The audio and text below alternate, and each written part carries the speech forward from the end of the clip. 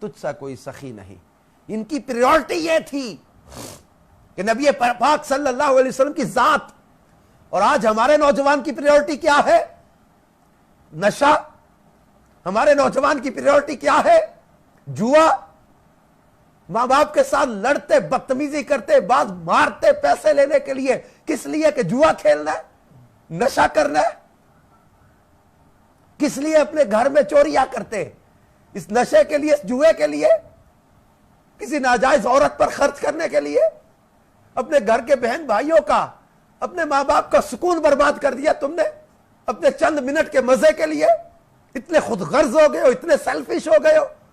تمہیں ماں کے آنسو نظر نہیں آتے، تمہیں باپ کا رونا نظر نہیں آتا، تمہیں اپنی بہنوں، اپنے بھائیوں کی پریشانی کا احساس نہیں ہوتا.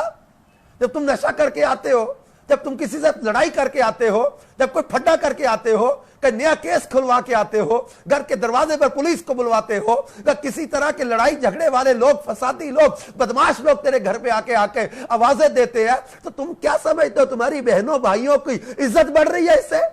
تمہارے ماں باپ کی عزت بڑھتی ہے کیا اس سے؟ کتنے سیلفش ہو گئے ہو.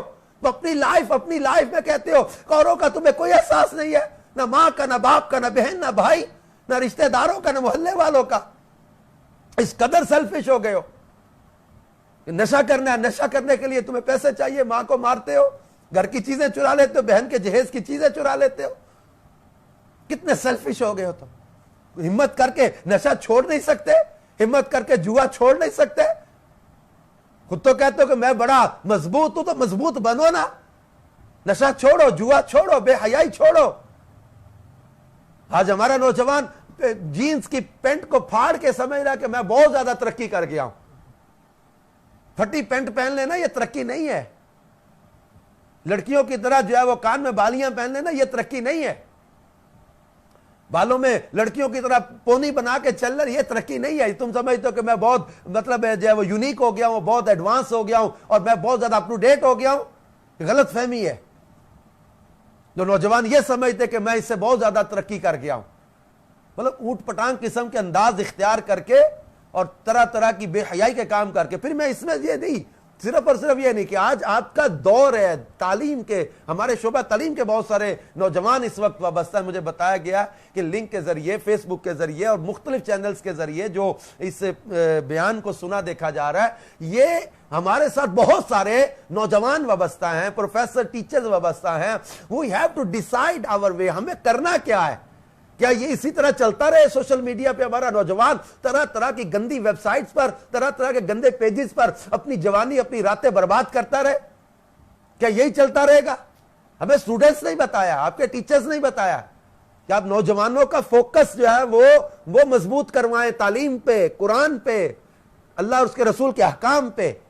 آپ کے اسٹڈی کے دن ہے، آپ فضولیات میں اپنے آپ کو ٹائم مت برباد کریں. ہمارا نوجوان، آج کا نوجوان یہ سمجھتا ہے کہ میں بڑا سمجھدار ہوں، مجھے سمجھانے والے بیوقوف ہیں. یہ اپنے آپ کو اوور کانفیڈنس ہو کے، اوور کلیور جب وہ اپنے آپ کو سمجھ رہے کہ میں بہت چالاک ہوں، میں کر لوں گا کچھ. وقت ہاتھ سے نکل جاتا ہے. یہ وہ لوگ جو وقت کی اس چکی سے گزر چکے ہیں، وہ تمہیں بتائیں گے کہ وقت کتنا قیمتی ہوتا ہے اور اس کو کیسے مینج کرنا ہوتا ہے. آج مینج نہیں کرو گے پچھتاؤ گے. آنے والے وقت میں اس وقت کو یاد کر کے پچھتاؤ گے، پھر وقت ہاتھ نہیں آئے گا.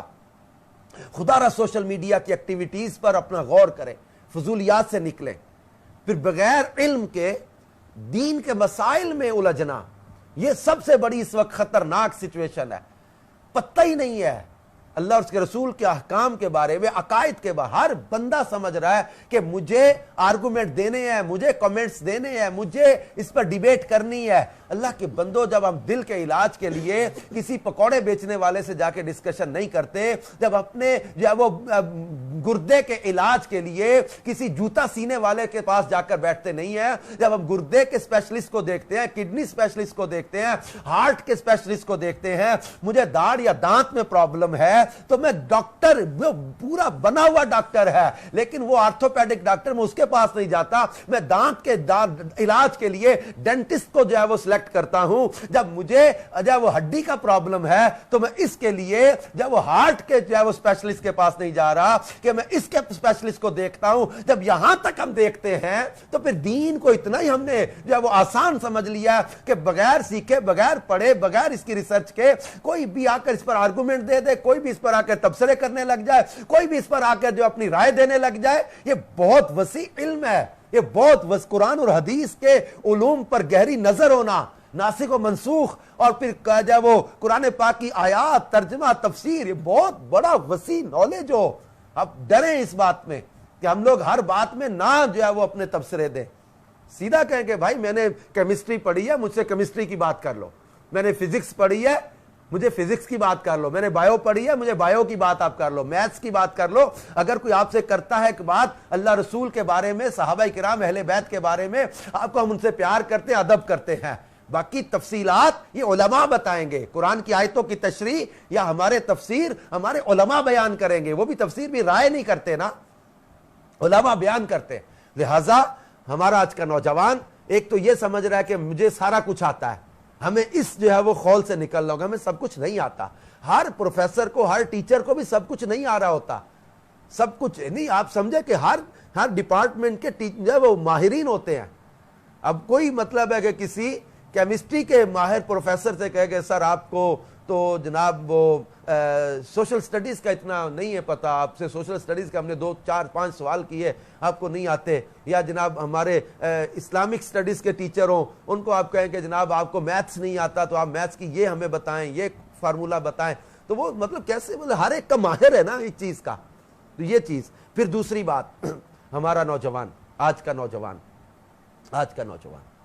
یہ شراب میں اپنی زندگی کو برباد کر رہا ہے، طرح طرح کی فلمیں، ڈرامے دیکھ کے، طرح طرح کے ایسے جو وہ اوٹ پٹانگ قسم کے انداز دیکھ کے کہ غم لگ گیا، مجھے عشق لگ گیا، مجھے جناب میں بریک اپ ہو گیا، تو میں تو بس اپنا غم بلانے کے لیے جب اب میں شراب کا سہارا لے لوں۔ کسی شرابی کسی فلم میں دیکھ لیا کسی اداکار کو ایسا کرتے، اب اسی کو فالو کر رہے کہ جناب مجھے یہ کرنا ہے۔ نہیں، زندگی ختم نہیں ہو جاتی کسی کے جانے سے۔